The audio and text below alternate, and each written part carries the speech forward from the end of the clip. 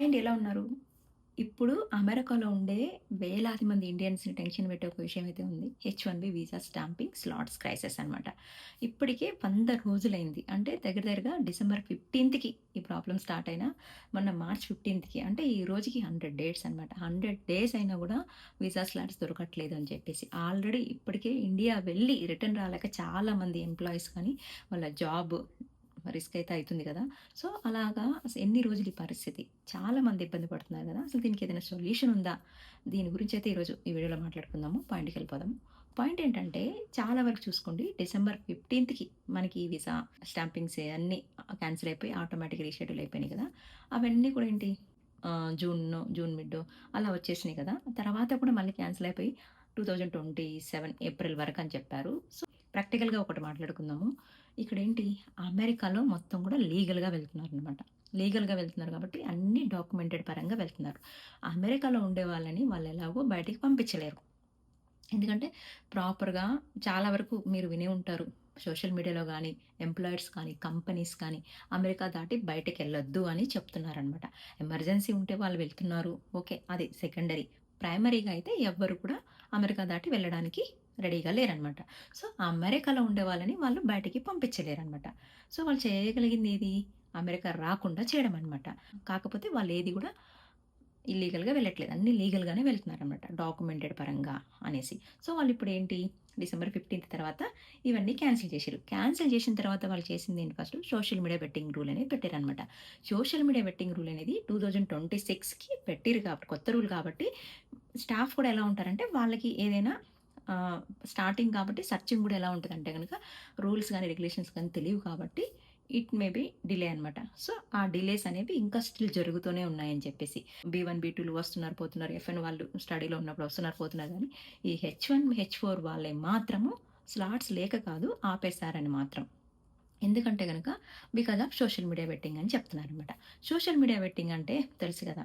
అది దానికంటూ కొన్ని ప్రిమిసెస్ ఉంటాయి గదా! ఇలా వెళ్ళాలి. సో, ఆ సర్చింగ్ అంతా కూడా డిలే అవుతుందని చెప్పేసి, దానివల్ల మేము స్లాట్స్ ఆపుతున్నామని చెప్పేసి, ఇప్పుడు దీనివల్ల మెయిన్ ఎఫెక్ట్ అయ్యేది ఎవరంటే గనక హెచ్4 పిల్లలంటే గనక హెచ్4 డిపెండెంట్‌గా ఉంటారు కాబట్టి, పిల్లలు గూడా ఎందుకంటే మొత్తం హెచ్1 మీద ఆధారపడి ఉంటది గదండీ.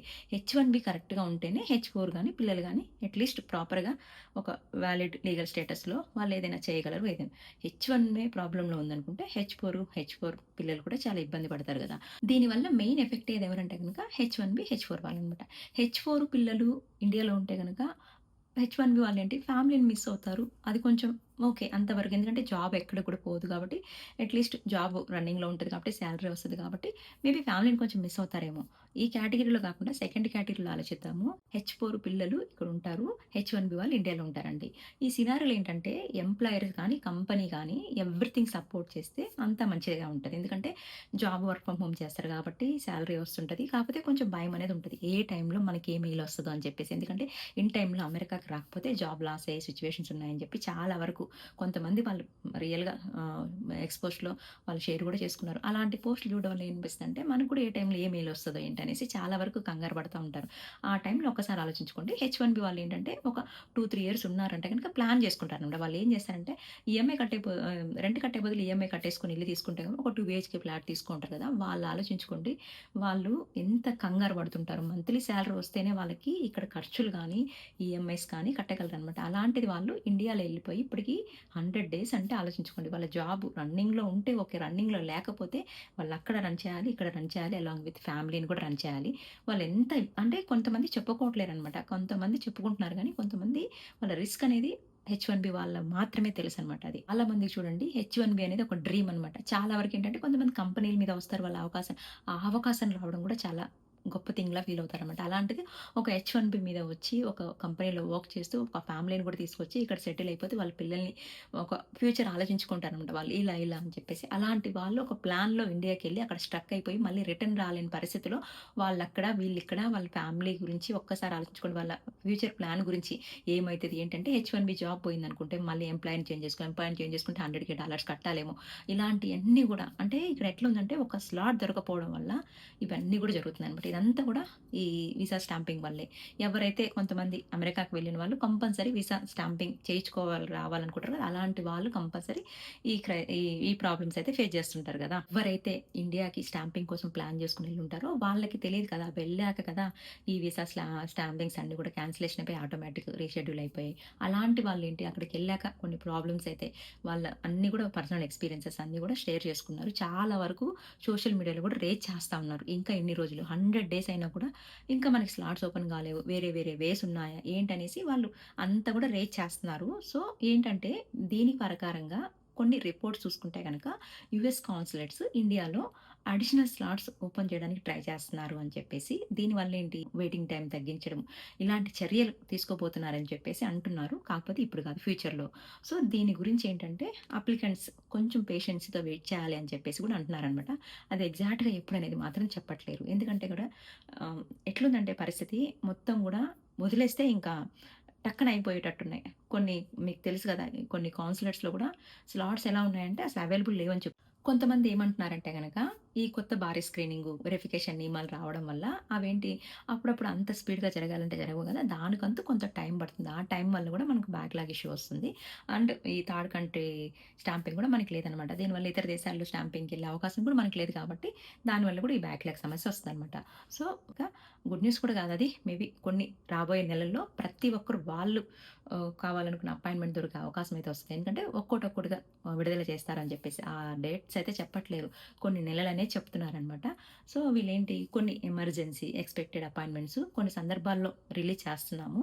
కాకపోతే ఈ హెచ్-1బీ, హెచ్-4 వాళ్ళది ఈ వెట్టింగ్ పాలిసీ ఉంటది గదా! బికాస్ ఆఫ్ వెట్టింగ్ పాలిసీ అది అంటే స్టక్ అయిపోతున్నారక్కడ. ఇంకా ఆ ప్రాసెస్ ఎన్ని రోజులు పడతదని చెప్పలేరనమాట. అసలు జరుగుతుందా? లేదా? అసలు హెచ్-4, హెచ్-1 అసలు ఎప్పుడు కరెక్ట్‌గా స్లాట్స్ ఓపెన్ చేయబోతున్నారు? ఎలాగో ఇప్పుడు ఈ ఇయర్ రిజిస్ట్రేషన్స్ కూడా అయిపోయినాయి. కంపల్సరీ జూలై నుంచి మనకు తెలిసిపోతది. ఒకసారి పిటిషన్ ఫైల్ చేసుకుంటే అప్రూవ్ వచ్చితే గనక ఈ ఇయర్ వాళ్ళు కూడా ఆగిపోతారు. అలా వెళ్ళిన వాళ్ళే ఆగిపోయారు. కొత్త వాళ్ళు రావాలి అంటే గనక ఏదో ఒక టైంలో ఓపెన్ చేసే అవకాశం ఉంది. దేనికైనా ఒక లిమిట్ ఉంటది. ఆ లిమిట్ దగ్గరకొచ్చేసింది. సో, ఏదో ఒక టైంలో ఓపెన్ చేయబోతారు అని చెప్పేసైతే ఒక చిన్న సూచనైతే ఉంది. అదెప్పుడు ఓపెన్ చేయబోతారనేది మాత్రం మనం ఎదురు చూస్తా ఉండాలి. ఎందుకంటే అప్లికెంట్స్‌లో చాలా పేషెన్సీ ఉండాలి అని చెప్పేసి. ఎందుకంటే చెప్పడం ఈజీ పేషెన్సీ అనేది. అది అనుభవించే వాళ్ళకి మాత్రమే తెలుస్తది. సో, దానికి no comments actually.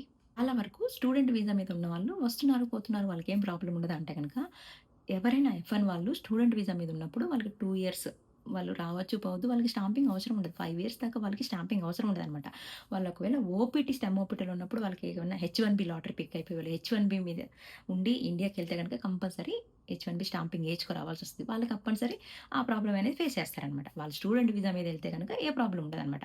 Same as usual ఇప్పుడు బీ-1, బీ-2 వాళ్ళు కూడా వాళ్ళ బాబు ఇక్కడ లీగల్ స్టేటస్‌లో ఉండి అన్నీ మంచిగా ఉండి బాబు సైడ్ ఏ డాక్యుమెంట్ ప్రాబ్లమ్ లేదనిపిస్తే వాళ్ళు ఎక్కడ కూడా ఏ ప్రాబ్లమ్ ఫేస్ చేయకుండా అమెరికాకి రాగలరనమాట. అలాంటి వాళ్ళు ఏదైనా డాక్యుమెంట్ ప్రాబ్లమ్ ఉన్నా గూడా వాళ్ళు ప్రాబ్లమ్ ఫేస్ చేస్తారనమాట. ఇప్పుడు ఇక్కడ ఏంటంటే హెచ్-1 వాళ్ళు, హెచ్-4 వాళ్ళు. వీళ్ళేంటంటే బికాజ్ ఆఫ్ హెచ్-1బీ మీద డిపెండ్ అయ్యింది కాబట్టి హెచ్-4 వాళ్ళకి కూడా తీసుకొచ్చారు రీసెంట్‌గా ఆ పాలిసీ అనేది. క్లియర్‌గా చూసుకుంటే హెచ్-1బీ వాళ్ళకి, హెచ్-4 వాళ్ళకి మాత్రమే స్లాట్స్ లేవు అని చెప్పేసి మీకు ప్రీవియస్ వీడియోలో కూడా చెప్పాననమాట. టెలిగ్రామ్ అలాంటి గ్రూప్స్ ఉంటాయి కదా! వాటిలో మాత్రము ఈ వీసా స్లాట్స్ ఎప్పుడెప్పుడు ఓపెన్ అయిపోతాయని చెప్పేసి ఇన్ఫర్మేషన్ ఇస్తా ఉంటారు. కొన్ని దగ్గరలో పెయిడ్ ఉంటాయి. అవి వద్దు మీరెప్పుడు కూడా మనీ లాస్ చేసుకొని, అలా తొందరపడి డబ్బులు కట్టి లాస్ అవ్వకండి. కొన్ని ఈ గ్రూప్స్ ఉంటాయి. వాటిలో మీరు జాయిన్ అయితే గనక వాళ్ళు ఇన్ఫర్మేషన్ ఇచ్చినప్పుడు ఆ ఇన్ఫర్మేషన్ గ్యాదర్ చేసుకొని, దాని ద్వారా మీరు ఓపెన్ అయిపోయి స్లాట్స్ దొరికే అవకాశం కూడా ఉంటది. అట్లా మీరేంటంటే మొత్తం కూడా ట్రాకింగ్ మీద డిపెండ్ అయి ఉంటది అదంతా కూడా. సో, ఇప్పుడేంటంటే ఎమర్జెన్సీ గాని, ఎక్స్‌పెక్టెడ్ వాళ్ళకి కొన్ని కేటగరీస్‌లో యాక్సెప్ట్ చేస్తున్నారని చెప్పినా గాని, అలా ఎమర్జెన్సీ చేయాలన్నా కూడా మినిమమ్ బేసిక్ అపాయింట్‌మెంట్ అనేది ఉండాలని మీకు చాలా సార్లు చెప్పాను. ఎందుకంటే ఒక ఎమర్జెన్సీ స్లాట్ బుక్ చేయాలి అంటే గనక వాళ్ళకసలు బేసిక్ అపాయింట్‌మెంట్ లేకుంటే అది యాక్సెప్ట్ కాదనమాట. మినిమమ్ మీ దగ్గర ఒక స్లాట్ బుకింగ్ అనేది ఉండాలి. దాన్ని మీరు చెప్పాలి. సో అండ్ సో ఎమర్జెన్సీ వెళ్తున్నాము. వాలిడ్ రీజన్ చూపించి, వాలిడ్ డాక్యుమెంట్స్ ఏదైనా చూపించగలిగితే దానికి వాళ్ళు యాక్సెప్ట్ చేస్తే అది వాళ్ళు ఎమర్జెన్సీ కానీ, కొన్ని ఎక్స్‌పెక్టెడ్ అపాయింట్‌మెంట్స్ కానీ యాక్సెప్ట్ చేసే సినారియో ఉందనమాట. అంతేగాని మీకసలు బేసిక్ అపాయింట్‌మెంట్ లేకుండా ఎమర్జెన్సీకెళ్ళాలంటే కూడా అది వర్కౌట్ కాదనమాట. అండ్ ఇప్పుడు చూసుకుంటే వర్క్ వీసాస్ గురించొస్తే కనుక హెచ్-1, హెచ్-4 వాళ్ళకి 2026 మొత్తంకే లేవు. 2027 ఏప్రిల్ వరకైతే చూపిస్తలేవు స్లాట్స్ అని జెప్పేసి. కొంతమంది ఎక్కడో ఈ రీసెర్చ్ గ్యాదర్ చేసిన ప్రకారం అయితే ఆగస్ట్‌లోనే అలా కొంతమందికి అపాయింట్‌మెంట్స్ ఉన్నాయన్నమాట. మాత్రం. అవి కూడా కాన్స్టెంట్‌గా ఉంటాయో లేదో కూడా తెలీదండి. అవి కూడా పోస్ట్‌పోన్ చేసే అవకాశాలు భయపెట్టడం కాదు. సినారియో ఎట్లుంటదంటే అన్నిటికి రెడీగా ఉండాలి అని చెప్పేసి. సో, నా ఒపీనియన్ ఏంటంటే గనక చాలా వరకు వెళ్ళొద్దు, వెళ్ళొద్దు అంటున్నారు కాబట్టి మనం చేయాల్సిన పని ఏందంటే మన చేతిలో ఏదైనా స్లాట్ ఆహ్, బుకింగ్ అపాయింట్‌మెంట్ మన దగ్గర ఏమైనా ఉంటే తప్పించి అపాయింట్‌మెంట్ లేకపోతే గనక అమెరికా దాటి బయటికి వెళ్ళొద్దు అని చెప్పేసి. ఎమర్జెన్సీలు ఉంటే గనక ఇంకా అది వాళ్ళ పర్సనల్ ఇష్యూ అది. ఎందుకంటే వాళ్ళు కంపల్సరీ వెళ్ళాలనుకుంటే వెళ్తారు. అంతేగాని అది మనం చెప్పలేదు. అది కొన్ని సెన్సిబుల్ మ్యాటర్స్ అనమాట. సో, ఇప్పుడేంటంటే ఎవరైనా అపాయింట్‌మెంట్ లేకుండా ఇప్పుడు కరెక్ట్‌గా రేపు మే ఎండింగ్‌కి పిల్లలకి ఎగ్జామ్స్ అయిపోతున్నాయి. తర్వాత హాలిడేస్ వెళ్ళాలి ఎట్లా అనుకుంటే గనుక కొంచెం రిస్క్‌తో కూడిన పని గాబట్టి ఎందుకు ఎక్కడో అక్కడ ఉండాలి అని చెప్పేసి నా ఒపీనియన్ అనమాట. ఎందుకంటే ఈ కొంచెం ఇయన్నీ సెట్ అవ్వాలి. మళ్ళీ ఈ యుద్ధ వాతావరణం వల్ల ఫ్లైట్స్ కూడా చూస్తున్నారు కదా! మళ్ళది. ఇదొక ఇష్యూ అయితే మళ్ళీ అదొక పెద్ద ఇష్యూ అవుతుంది. ఎక్కడోళ్ళు అక్కడ ఫ్లైట్స్ అని చెప్పేసి చాలా గందరగోళంగా ఉంది కదా! ఈ గందరగోళంలో మేబీ కొంత టైం అనేది పేషెన్సీ చేయాల్సిన టైం అనేది ఇదని చెప్పేసి అంటున్నాను.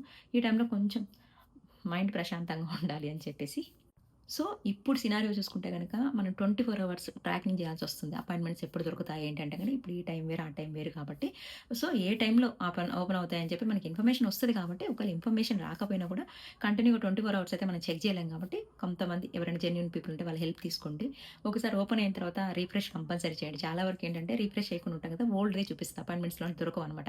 రిఫ్రెష్ చేస్తా ఉంటే స్లాట్స్ ఏమైనా కొత్తవి ఉంటే గనక ఓపెన్ అవుతాయి. వెంటనే బుక్ చేసుకునే అవకాశం ఉంటది కాబట్టి. కొన్ని ఏజెన్సీస్ ఓన్లీ ఈ అపాయింట్‌మెంట్స్ బుక్ చేయడం వరకే ఉంటాయంట. కాకపోతే అలాంటి ఏజెన్సీని మనం ఫైండ్ ఔట్ చేసుకొని పట్టుకొని, నిజంగా వాళ్ళ అపాయింట్‌మెంట్స్ బుక్ చేస్తారా లేదా ఏంటనేది ఫాలో అప్ చేసుకొని జెన్యూన్‌గా ఉంటే గనుక ఫాలో అవ్వడం మంచిది. ఎందుకంటే మనం మాన్యువల్‌గా 24 అవర్స్ చెక్ చేయాలంటే కష్టం కదా! చాలా వరకేంటంటే బయట వాళ్ళ మీద డిపెండ్ అవుతారు కొంతమంది. కొంతమంది మాన్యువల్‌గా చేసుకుంటూ ఉంటారు. మాన్యువల్‌గా చేయాలి. అట్ ది సేమ్ టైమ్ ఇలా కూడా ట్రై చేయాలి. ఏది వర్కౌట్ అయిద్దో తెలీదు కదా! ఇప్పుడున్న సినారియో ఎట్లుందంటే ఒక స్లాట్ ఓపెన్ అయినా కూడా వెంటనే అది బుక్ అయిపోయేటట్టుందని. అలా ఇక్కడేంటంటే ఏ వీసాకి సంబంధించిన స్లాట్స్ ఆ వీసాల్లో ఓపెన్ అవుతాయి కాబట్టి దానికి ఇప్పుడు ఎఫ్1 సంబంధించి గాని, హెచ్1 సంబంధించి గాని, బి1, బి2కి సంబంధించి గాని డిఫరెంట్‌గా ఉంటాయి కాబట్టి దానికి సంబంధించిన గ్రూపులతో మనం కనెక్ట్ అయితే గనక వాళ్ళు ఏదైనా ఇన్ఫర్మేషన్ ఇస్తే గనక అది ఫాలో అవుతా ఉంటాం. మనకు సంబంధించిన మనకు తెలిసిన మ్యాటర్ కూడా మనం ఫాలో అవుతా ఉంటాం. సో, దానికి ఏందంటే హెల్ప్‌ఫుల్ అవుతదనమాట. వాళ్ళు ఏదైనా టక్కన పలానా టైంకి వీసా అపాయింట్‌మెంట్స్ ఓపెన్ అవుతున్నాయంటే గనక మనం టక్కన ఫాలో అయిపోయి అది ఓపెన్ చేసుకుంటే వీసా స్లాట్స్ దొరికే అవకాశం ఉందని చెప్పేసి. సో, మీకు ఎండ్ ఆఫ్ ద వీడియోలో ఒకటి చెప్తా అన్నాను గదా! మేము అప్పట్లో ఒక మిస్టేక్ చేశామనమాట.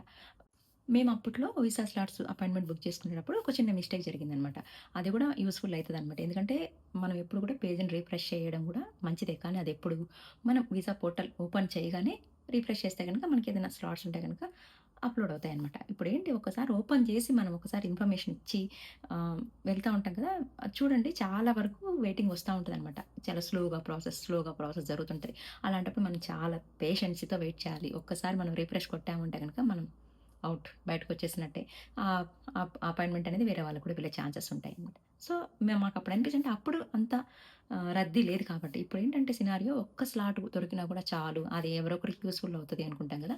అది మనకేమనిపిస్తుంది చాలా ఇంపార్టెంట్. ఎప్పుడు అపాయింట్‌మెంట్ దొరకడం అనేది చాలా ఇంపార్టెంట్ అనమాట. వరకేంటంటే బయోమెట్రిక్ స్లాట్ దొరకగానే సరిపోతది కదా అనుకుంటారు. అలా కాదు. బయోమెట్రిక్ స్లాట్ బుక్ అవ్వగానే మినిమమ్ 60 మినిట్స్‌లోనే మనకి ఇంటర్వ్యూ అపాయింట్‌మెంట్ కూడా బుక్ అవ్వాలన్నమాట. అలా అయితేనే అంటే అదే కౌన్సిలర్ స్లాట్ అంటారు దీన్ని. కౌన్సిలర్ స్లాట్ 2 బుక్ అయితేనే మనకి ప్రాసెస్ ముందుకెళ్తదనమాట. చాలా వరకేంటి బయోమెట్రిక్ స్లాట్ దొరకగానే కామ్ అయిపోతారనమాట. అలా కాదు. ఎట్ ది సేమ్ టైమ్ అంటే మనకి 2 స్లాట్స్ బుక్ అవ్వాలి. మినిమమ్ 60 మినిట్స్ గ్యాప్‌లోనే బుక్ అయితేనే అది ప్రాసెస్ ఎళ్తదనమాట. చాలా వరకేంటి లొకేషన్ చేంజ్ చేసి చూడమని చెప్పా కదా! చాలా వరకు హైదరాబాద్ అని చూస్తారు. హైదరాబాద్ అని కాదు. లొకేషన్ చేంజ్ చేసి చూసి ఆ లొకేషన్‌లో మీకేదైనా స్లాట్ ఉందంటే అది బుక్ అయ్యే వరకు వెయిట్ చేయండి. అంతేగాని దాంట్లో నుంచి మధ్యలోకెళ్ళి బయటికి రాకండి. కనీసం ఆ స్లాట్ కూడా ఎళ్ళిపోతదనమాట. లాస్ట్ టైమ్ చెప్పాను మీకు 5 కౌన్సిలర్స్ ఉన్నాయి కదా! బాంబే, చెన్నై, కల్కట్టా, ముంబై, హైదరాబాద్. మెయిన్ వచ్చేసి ఈ కల్కట్టా, చెన్నైలో మనకి వెయిటింగ్ టైమ్ తక్కువుందని చెప్పేసైతే అంటున్నారు. ఎగ్జాక్ట్‌గా అది మీకు కూడా నాకంటే కూడా మీకే ఎక్కువ. ఎందుకంటే మీరే ఎక్కువ దాన్ని వెతుకుతూ ఉంటారు కాబట్టి వీసా స్లాట్స్ గురించి కూడా కొంచెం అప్డేట్‌గా చూసుకోండి. సో, నేనేదైనా అప్డేట్స్ రాగానే ఇన్ఫర్మేషన్ అయితే ఇస్తాను. చాలా వరకేంటంటే వీడియో కింద కామెంట్స్ చూస్తే గనుక అర్థమవుతుంది. పాపం ఒక్కొక్కరు ఎంత పేషెన్స్‌తో వెయిట్ చేస్తున్నారో. మెయిన్ ఏంటంటే ఎక్కువ పేషెన్సీ కావాల్సింది హెచ్1బీ వాళ్ళకి అనేసి. ఎందుకంటే వాళ్ళు స్లాట్ బుకింగ్ ఒకటి, దాంతో పాటు జాబ్ రిస్క్ కూడా చూసుకోవాలి కాబట్టి, వాళ్ళు కరెక్ట్‌గా ఉంటేనే వాళ్ళ ఫ్యామిలీ కూడా కరెక్ట్‌గా ఉంటది కాబట్టి, అదేంటంటే మనం పర్సన్ వైస్ చూడొద్దు. ఇది ఎటు తిరిగి ఫైనల్‌గా స్లాట్ బుకింగ్ ప్రాబ్లమే అందరికి. ఎవరికైనా వీసా స్లాట్స్ దొరికితే బుక్ చేసుకొని రావడానికే చూస్తున్నారు కాబట్టి, అలాంటి వాళ్ళు కొంచెం ఇన్ని రోజులు వెయిట్ చేస్తారు కాబట్టి, వెయిట్ ఫర్ గుడ్ టైమ్ మన మన చేతుల్లో అంతవరకే ఉంది. కాకపోతే అంతా మంచి జరగాలని కోరుకోవడం మన విష్ అనమాట అది. వీడియో నచ్చితే లైక్ చేయండి. Thank for watching. See you in the next video.